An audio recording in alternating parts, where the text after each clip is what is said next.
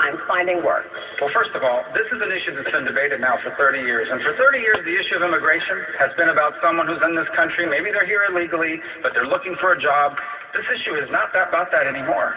First and foremost, this issue has to be now, more than anything else, about keeping America safe. And here's why. There is a radical jihadist group that is manipulating our immigration system, and not just green cards. They're recruiting people to enter this country as doctors and engineers and even fiancés. They understand the vulnerabilities we have on the southern border. They're looking to manipulate the visa waiver countries to get people into the United States. So our number one priority must now become ensuring that ISIS cannot get killers into the United States. So whether it's green cards or any other form of entry into America, when I'm president, if we do not know who you are or why you are coming, you are not going to get into the United States of America. So your thinking has changed? The issue is a dramatically different issue than it was 24 months ago. 24 months ago, 36 months ago, you did not have a group of radical crazies named ISIS who were burning people in cages and recruiting people to enter our country legally. They have a sophisticated understanding of our legal immigration system, and we now have an obligation to ensure that they are not able to use that system against us. The entire system of legal immigration must now be re-examined for security first and foremost with an eye on ISIS, because they're recruiting people to enter this country as engineers, posing as doctors, posing as refugees. We know this for a fact. They've contacted trafficking networks in the Western Hemisphere to get people in through the southern border, and they got a killer in San Bernardino in posing as a fiancé.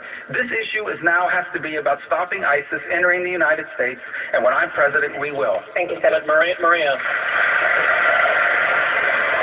Radical Islamic terrorism was not invented 24 months ago. 24 months ago, we had Al-Qaeda, we had Boko Haram, we had Hamas, we had Hezbollah, we had Iran putting operatives in South America and Central America. It's the reason why I stood with Jeff Sessions and Steve King and led the fight to stop the Gang of Eight amnesty bill, because it was clear then, like it's clear now, that border security is national security. Thanks, Senator. But Maria, It is also the case that Rubio-Schumer amnesty bill, one of the things it did is it expanded Barack Obama's power to let in Syrian refugees. It enabled him, the president, to certify them en masse without mandating meaningful background checks. I think that's a mistake.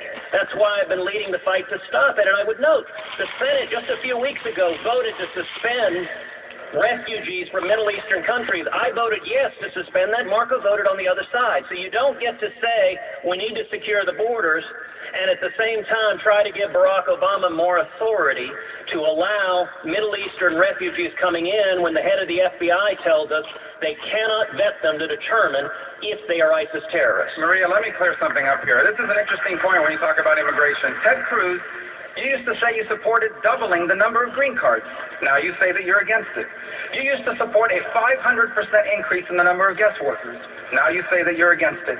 You used to support legalizing people that were here illegally. Now you say you're against it. You used to say that you were in favor of birthright citizenship. Now you say that you are against it. And by the way, it's not just on immigration. You used to support TPA. Now you say you're against it. I saw you on the Senate floor flip your vote on crop insurance because they told you it would help you in Iowa. And last week we all saw you flip your vote on ethanol in Iowa for the same reason. That is not consistent conservatism. That is political calculation. When I'm president, I will work consistently every single day to keep this country safe, not call Edward Snowden, as you did, a great public servant. Edward Snowden is a traitor. And if I am president and we get our hands on him, he is standing trial for treason. And one more point. Every single time that there has been a defense bill in the Senate, 3 people team up to vote against it. Bernie Sanders, Rand Paul, and Ted Cruz. In fact, the only budget you have ever voted for, Ted, in your entire time in the Senate is a budget from Rand Paul that brags about how it cuts defense. Here's the bottom line, and I'll close with this.